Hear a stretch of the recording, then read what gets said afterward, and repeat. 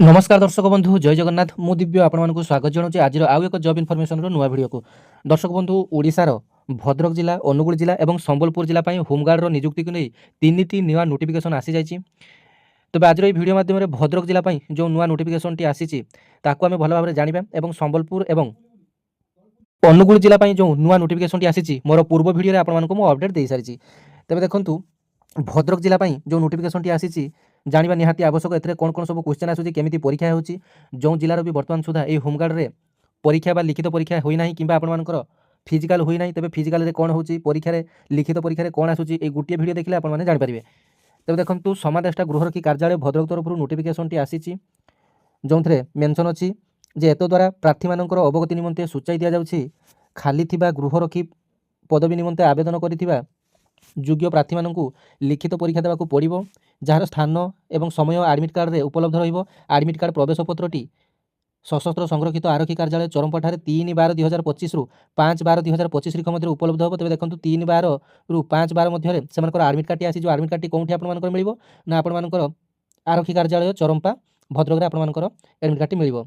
तापर देखु परीक्षा समुदाय 100 मार्क रहिबो। लिखित परीक्षा समस्त निमंते 60 मार्क करा।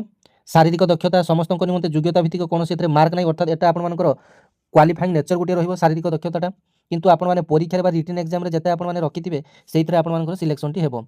तापर देखंतु विशेष दक्षता बा जो ट्रेड रे आपण माने सिलेक्शन करिसंती ट्रेड रे आपण माने परीक्षा देबे विशेष दक्षता बा ट्रेड साधारण तथा सामुद्रिक वर्ग जोटा जनरल ड्यूटी निमंते आपण मानकर 10 मार्क रो व्यवस्था रहिछि। साक्षात्कार एवं मौखिक परीक्षा रे आपण मानकर 30 मार्क रहउछि। देखंतु एठारे डिस्ट्रिक्ट वाइज आपण मानकर एटा भेरी करूछि कोउठी आपण मानकर ट्रेड रे 20 मार्क दउचंती एवं साक्षात्कार रे आपण मानकर 20 मार्क रखुचंती किंतु भद्रक जिल्ला रे आपण मानकर ट्रेड परीक्षा रे 10 मार्क रखिले एवं साक्षात्कार रे आपण मानकर 30 मार्क रखिले। एटा डिस्ट्रिक्ट वाइज आपण मानकर भेरी करूछि जेहेतु प्रत्येक डिस्ट्रिक्ट रो एसपी एही परीक्षा टी को कंडक्ट करूचंती तेबे निज निज डिस्ट्रिक्ट रे आपण मानकर सिलेबस बा एग्जाम पैटर्न टिके भिन्न रहउछि। तेबे देखंतु लिखित परीक्षा प्रथम जोटा कि 60 मार्क रे आसीबो एकाधिक विकल्प प्रश्न प्रति प्रश्नर सठिक उत्तर प्रदान रे 1 मार्क दिया जिवो। 60 प्रश्न 60 मार्क एवं समय मध्ये 60 मिनिट। उड़िया भाषा ज्ञान परीक्षा 100 शब्द गोटे रचना प्रबंध प्रार्थी मैंने 30 मिनिट मध्य लिखे जहाँकि केवल योग्यता भित्तिक हम 30 मिनिट मध्य आपण गोटे 100 शब्द विशिष्ट गोटे रचना लिखापी पड़ो। लिखित परीक्षा योग्य विवेचित प्रार्थी मैंने परवर्ती पर्याय परीक्षा अंशग्रहण करेंगे। शारीरिक दक्षता समस्त निमंते योग्यता भित्तिक कौन ए मार्क नहीं। देखो एथे आपर जो फिजिकालिटी है एथे आपर कौन भी मार्क दिज्व नहीं। एथे आपर केवल क्वालिफिकेशन बा क्वालिफाइंग नेचर आपर रहिबो। आपर पुरुष होते उच्चता 163 सेंटीमीटर आवश्यक महिला होते 153 सेंटीमीटर आवश्यक। ओजन पुरुष होते 50 केजी आवश्यक महिला होते 45 केजी आवश्यक। छाती आपर पुरुष होते सर्वनिम्न अणसंप्र माने एक्सपेंडेड आपर 75 अनएक्सपेंडेड आपर आउ 5 सेंटीमीटर अधिक। तापर शारीरिक दक्षता परीक्षा निमंते स्किल्ड बा जनरल ड्यूटी रे थिबा एप्लाई करथिबा पिला मानकर कोन हो ना पुरुष 800 मीटर 12 मिनिट दौड़ किंबा चाली हेबो। दंड व्यायाम आपण मानकर पुरुष मानकर 100 टी मारिबे दंड व्यायाम।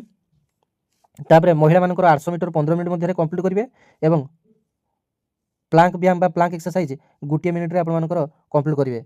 उपरोक्त शारीरिक मानदंड दक्षता परीक्षा रे योग्य प्रार्थी एवं प्रार्थी मानक परवर्ती पर्याय पई चयन करा जिवो।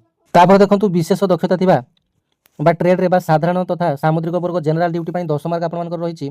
सामुद्रिक साधारण तथा सामुद्रिक वर्ग जनरल ड्यूटी विथ मेराइन आपण मानकर सामुद्रिक वर्ग पई नेम ऑफ द इवेंट आपण मानकर 200 मीटर पुरुष माने जदि समाप्त करती 25 सेकेंड जदि आपण माने समाप्त करती तेबे आपण मानक 5 मार्क मिलियो। जदि 29 सेकेंड समाप्त करती 3 मार्क मिलियो।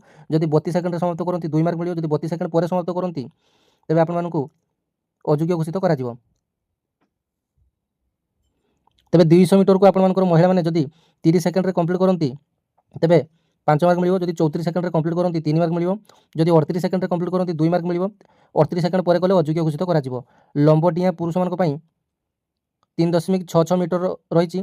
प्रथम सुযোଗ रे जदि अटेम्प्ट करछंती बा क्वालिफाई होछंती 5 मार्क मिलियो। जदि द्वितीय सुযোଗ रे क्वालिफाई करछंती 3 मार्क मिलियो। जदि तृतीय सुযোଗ रे क्वालिफाई करछंती 2 मार्क मिलियो। जदि तृतीय सुযোଗ पर क्वालिफाई करले तेबे अयोग्य घोषित करा जिवो।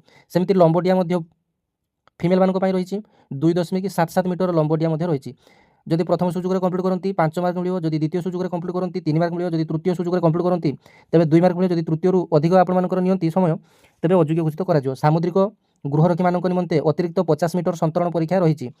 योग्यता भित्तिक कौन मार्क एथिरे नाही। विशेष दक्षता ट्रेड मानकर जेमिति कि कुक बार बार plumber carpenter laundry gardener, housekeeping, electrician, AC mechanic, driver, computer, automobile mechanic ପାଇଁ 10 ମାର୍କର ପୃଥକ ଭାବରେ ପରୀକ୍ଷା କରାଯିବ। ସାକ୍ଷାତକାର ବା ମୌଖିକ ପରୀକ୍ଷା ପାଇଁ 30 ମାର୍କ ଆପଣମାନଙ୍କର କରାଯିବ।